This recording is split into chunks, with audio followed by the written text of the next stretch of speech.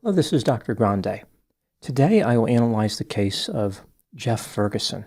First, I'll look at the background of this case, move to the timeline of the crime, then offer my analysis. Jeffrey Malcolm Ferguson was born in 1950 and lived in Anaheim Hills, California. He went by the name Jeff. In 1973, he graduated with a bachelor's degree from the University of California at Irvine. In 1982, he graduated with a law degree from Western State University. The next year, Jeff became an Orange County Deputy District Attorney. He obtained a concealed carry permit and regularly carried a pistol in an ankle holster. Jeff drank alcohol while carrying a gun, even though it was illegal to do this. At some point, Jeff married, had a son named Kevin, and divorced. Later, court testimony suggested that Kevin was not Jeff's biological child, but Jeff treated him like a son anyway. In 1996, Jeff married a woman named Cheryl. They had a son together named Philip. The family lived in a 3,000 square foot house on Canyon Vista Drive in Anaheim Hills. In 2015, Jeff became an Orange County Superior Court judge.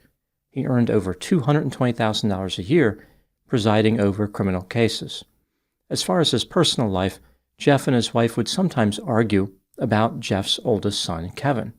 Cheryl was upset because Jeff was financially supporting Kevin. In the summer of 2023, Jeff's son Philip was home from college, so at this point, 3 people were living in the family house: Jeff, Cheryl, and Philip. Now moving to the timeline of the crime. On August 3, 2023, just after 8 p.m., Jeff's son Philip called 911 and indicated that his father took out a gun and shot his mother. Jeff also called 911. When the operator asked him if he shot his wife, he said, "I don't want to talk about it right now." When the police arrived at the Ferguson family house, they discovered 65-year-old Cheryl Ferguson dead on the floor. Here is what the police found during the course of their investigation. 72-year-old Jeff Ferguson had been drinking throughout the day. He had alcohol at lunch. When he returned home from work at about 3:30 p.m., he had a beer and a rum and coke. Consistent with his typical behavior, Jeff carried a concealed pistol in an ankle holster. It was a Glock 27, which is a compact, semi-automatic pistol chambered in .40 caliber S&W. 10 days earlier, Cheryl and Jeff had given Jeff's son, Kevin, a $2,000 gift. According to Jeff, Kevin indicated that he would send a thank you card. Cheryl checked the mail, but there was no thank you card. She was upset because she felt as though Kevin was ungrateful. After this, Jeff and Cheryl went to the El Cholo Mexican restaurant in Anaheim Hills, along with their 22-year-old son, Philip. Jeff continued his alcohol consumption at dinner by drinking margaritas. He and Cheryl had a heated argument about Kevin not sending that thank you card. During the course of this argument, Jeff made a gesture with his hand like he had a gun pointed at his wife. Cheryl did not find this entertaining.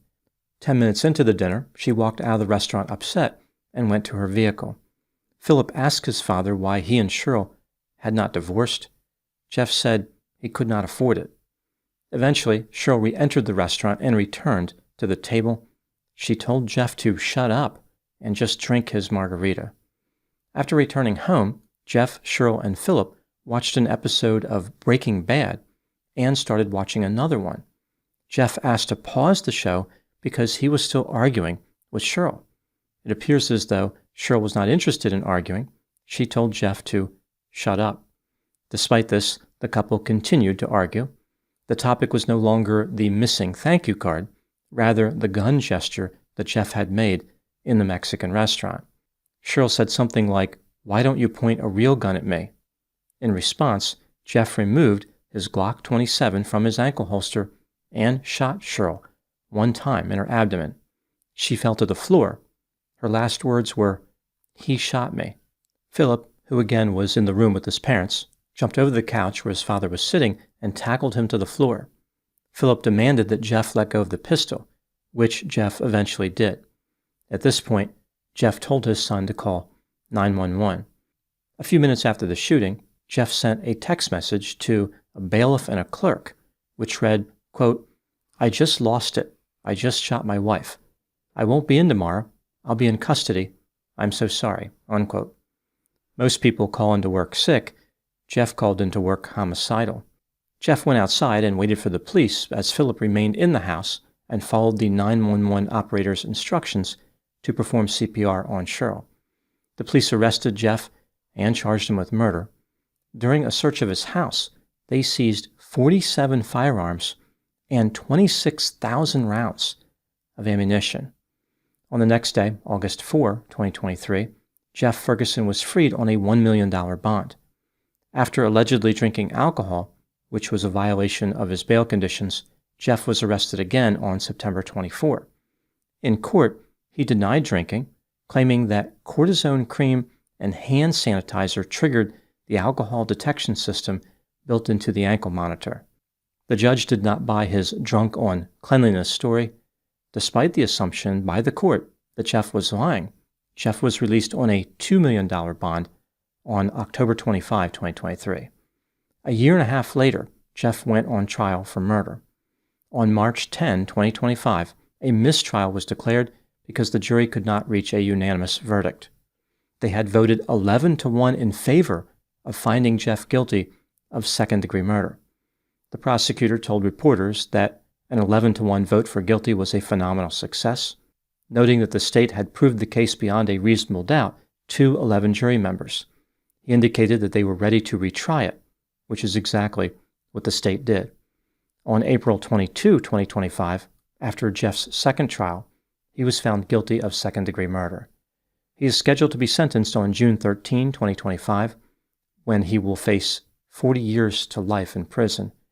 Based on Jeff's age of 74, any sentence within the court's discretion will be, functionally, a life sentence. Now moving to my analysis. Jeff Ferguson maintains his innocence. His lawyer indicated that Jeff will be appealing the conviction. Here is the theory promoted by his defense at trial about what happened on the day Cheryl was killed. Right before the shooting, Jeff heard his wife Cheryl tell him to put his gun away, referring to the pistol that he kept in his ankle holster. This request confused Jeff, but he wanted to appease his wife, so he complied. He reached down to his ankle holster and retrieved his Glock 27. After removing it from the holster, he attempted to place the pistol on a coffee table. The problem was Jeff was a large man, and his stomach was getting in the way. He tried to reach out his arm to compensate, but this was difficult for him because he had a problem with his shoulder. In 2015, it had been operated on and was not fully functional. As Jeff reached out with the pistol in his hand, he felt a shooting pain and his arm dropped. He reflexively tightened his grip on the pistol because he did not want to drop it on the floor. His finger slipped off the trigger guard and must have hit the trigger. This caused the pistol to discharge. His wife's death was an accident. The state, of course, disagrees with this theory. They indicated the case against Jeff was not complex.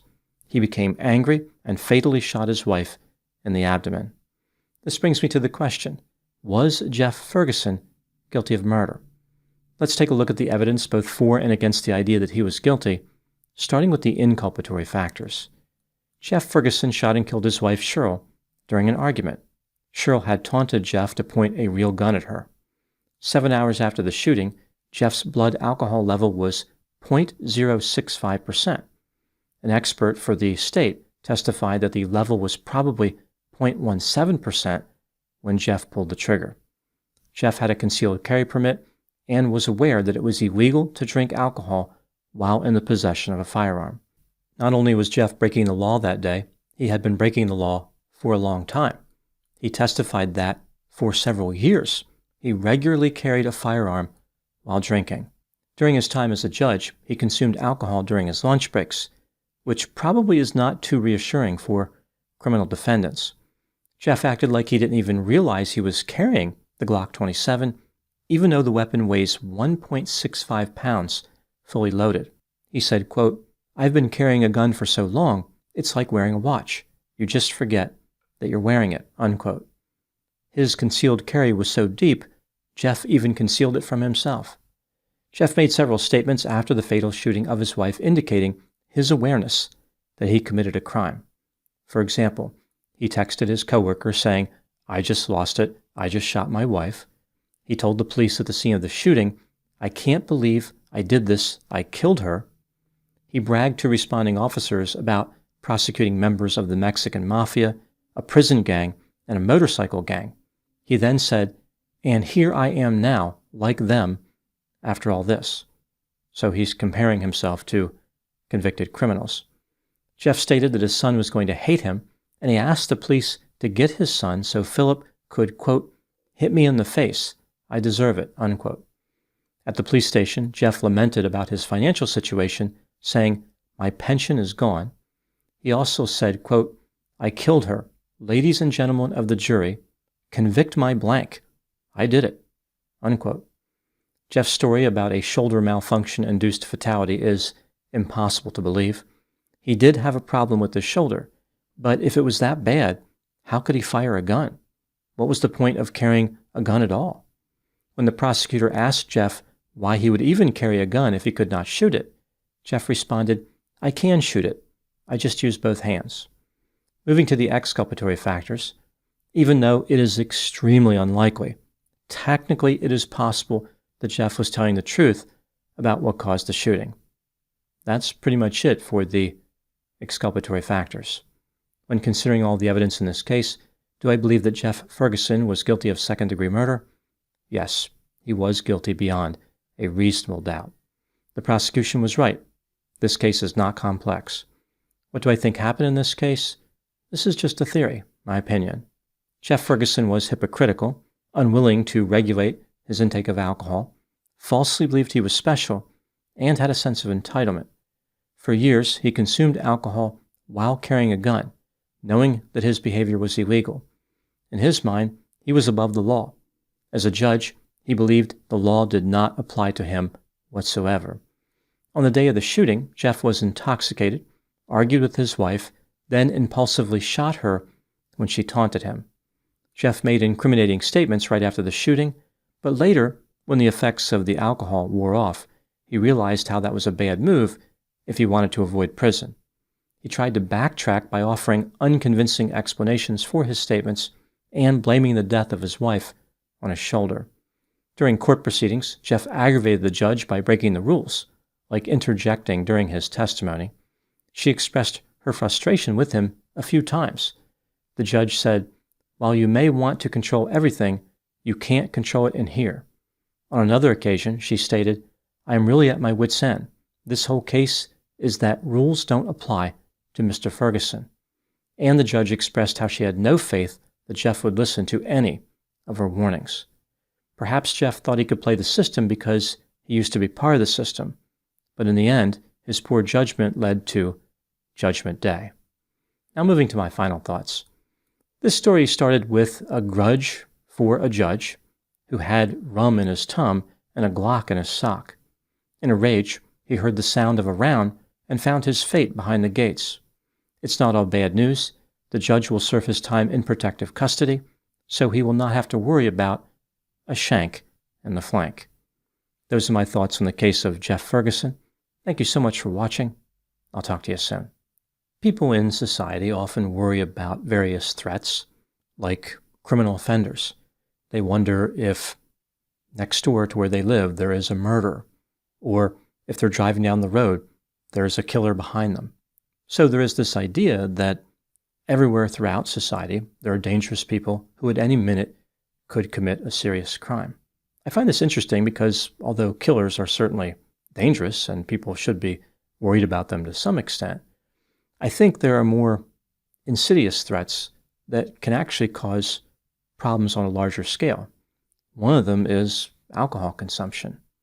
Alcohol is like a little criminal who exists in people and can facilitate those people carrying out bad acts. What's really scary about alcohol is how it can hide. In this case, there was a judge who, by all accounts, was well respected. He had served as a prosecutor before becoming a judge.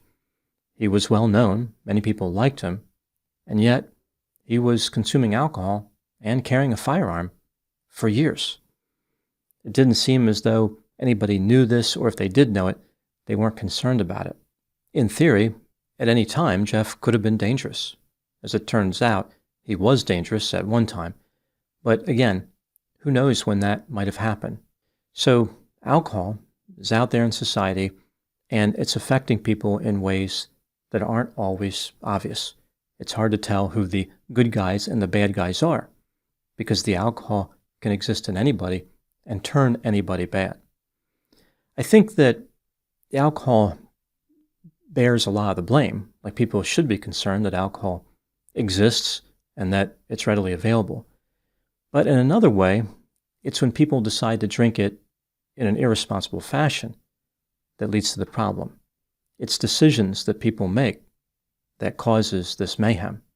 People decide to drink when they know they shouldn't drink. They decide to drink alcohol before they drive a vehicle.